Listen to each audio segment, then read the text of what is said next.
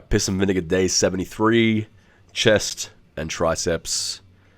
And today I wanted to talk, kind of extrapolating from previous videos. Some of my videos just tie into the next video, so like, I spitball all of these. I don't think of anything pre-hand. I just kind of start the video and whatever comes to mind I just start talking about. And this kind of series is almost to actually increase my ability to talk.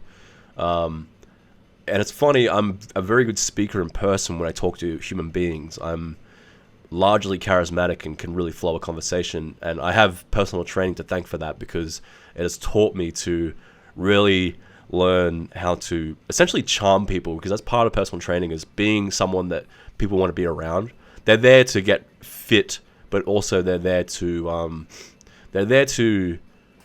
essentially blow off steam and talk to you about stuff. Like you're almost like a pseudo psychologist in a way. People will tell you their problems. They will just tell you about their day, and it's up to you to be a yes-ander. You have to be able to go, oh, that's great, and on top of that, you add to what they say, rather than just be like, yeah, cool, yeah. You have to be a people person. So I'm quite good at talking to people in person, but I feel like I'm not that great at narrating videos. Although, I mean, I might be hypervigilant here, or hypercritical rather. Maybe I'm okay at it. But I feel like I could do better, and hopefully I get better and better as I keep talking about these topics. But today's topic is, sorry, still got this crazy cough, optimization and the Kaizen method. So yesterday I was talking about, laser focus and making sure every little detail in your workout is on point, because every little percentage counts. And this is super true. Every little percentage counts. And I once read a book by James Clear called Atomic Habits, which is a great book. If you've never read it, you should most definitely read it. And I might actually talk about that tomorrow, as now I've got a new conversational chain to go down. But for today, there's a story, or a brief story in that book. He talks about in the sorry, in the early 2000s, there was the bicycle team, the national bicycle team in England was performing very poorly, and they didn't know what to do, and they were just constantly losing in Tour de France and all these different competitions. I think it was Tour de France or it was the Olympics, either one. I think it was the Olympic one actually, which is around a track. But essentially, they were doing really badly, and they got this guy in, a coach, and he just totally reformed everything they did. He just went, all right, we're gonna add 1% to every single possible aspect to these people's existence. Like, not just their training, nutrition. It was things like, let me think. One of them, is he wanted them to wash their hands more effectively. Like, the most minute of details. But he wanted the athletes to make sure they had proper hand washing hygiene, because that way they'd be less likely to get sick. And if they're less sick, they can train harder, they can recover better, they can train harder for longer. They don't have, weeks at a time where they might be sick. Like, just the most minute of details. So all the way from the top, things as important as nutrition, training, etc.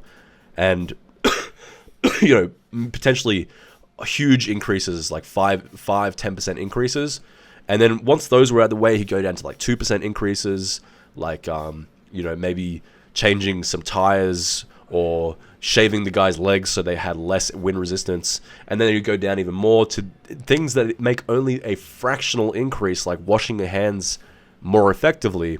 But if you add up thousands of these things, the percentage is going to be hundreds of percent increase. And, let's say maybe it's not 100% increase. Let's say it's only a 20% increase. But if you have a 20% increase in your training, and that's going to allow 20% more muscle mass, 20% more muscle mass is a fucking shit ton of muscle, right? So if you think about it, oh my God, my lungs are fucked. I apologize. Hopefully this isn't torturous to listen to. But if you think about these percentage gains adding up, even in the very minute microcosms, you are going to make a bunch of gains when you max them all up. And I feel like personally, I've been very neglectful of these small percentages.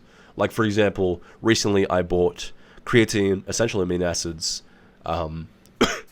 dextrose sugar, and a few other supplements. And for years, I'd think about supplements as a waste of money. And if you're poor or you're a young man and you don't have much money, for sure, don't buy them. They're not worth the bang for your buck. You're better off spending money on other things. But if you have the money to spare, although they might not be, as powerful as a steroid, for example, if creatine gives you a 5 to 10% increase in muscle mass and strength, which, by the way, it does, that's generally the statistical increase, and then essentially amino acids gives you a 5% increase, and oh my god, sorry, the dextrose sugars increase the absorption of the creatine by 2%, and then the whey protein allows you to offset your protein requirements, and you increase maybe 1%. And you just have these little 1% increases. That's a potential 20% increase just from those supplements alone. And that might not mean a 20% increase in muscle mass, but it might increase certain facets that will increase your muscle mass. And then you add a bunch of other facets that I'm probably not even aware of right now that could potentially add to your training.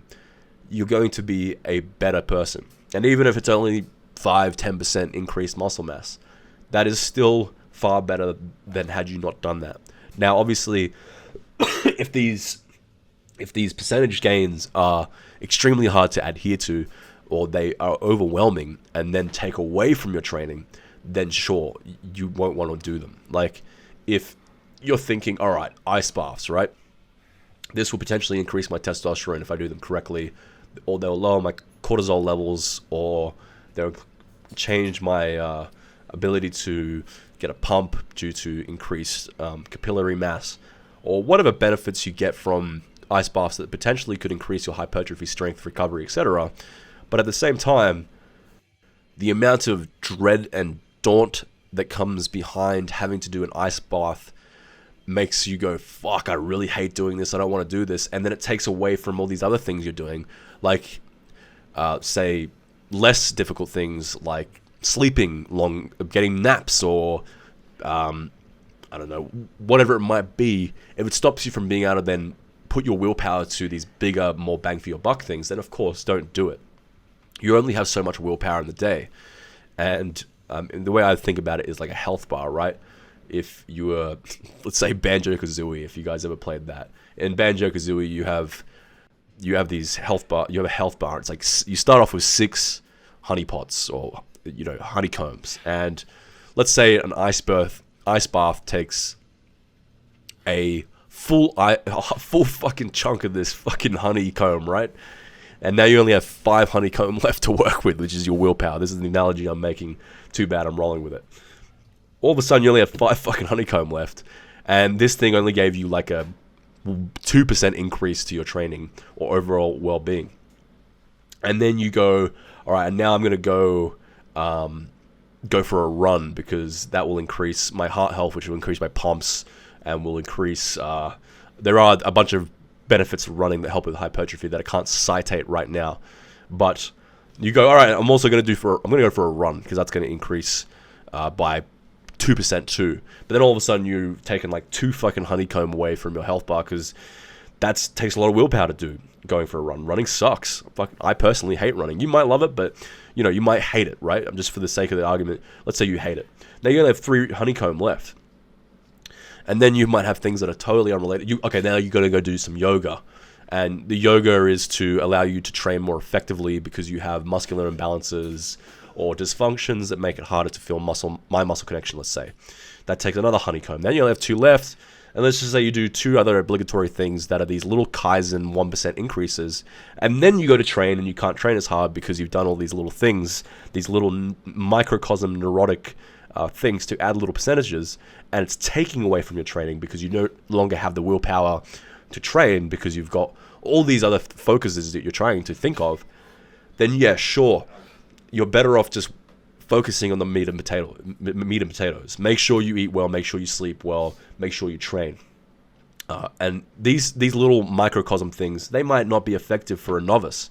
A novice doesn't even necessarily need all these things. They'll make all the great gains regardless, because the stimulus and the adaptations are they're going to be coming like a flood. So this is more of a video for guys who are a bit more advanced. You're in the habit of training. You have a lot of willpower. Maybe you've found a bunch of honeycomb across the banjo and kazooie map, and now you have 10 fucking honeycomb HP bars to work with.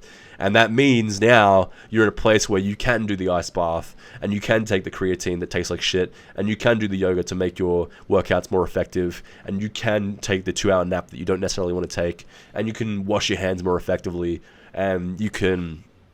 The list goes on. There are so many things that could inadvertently help your training. Sauna,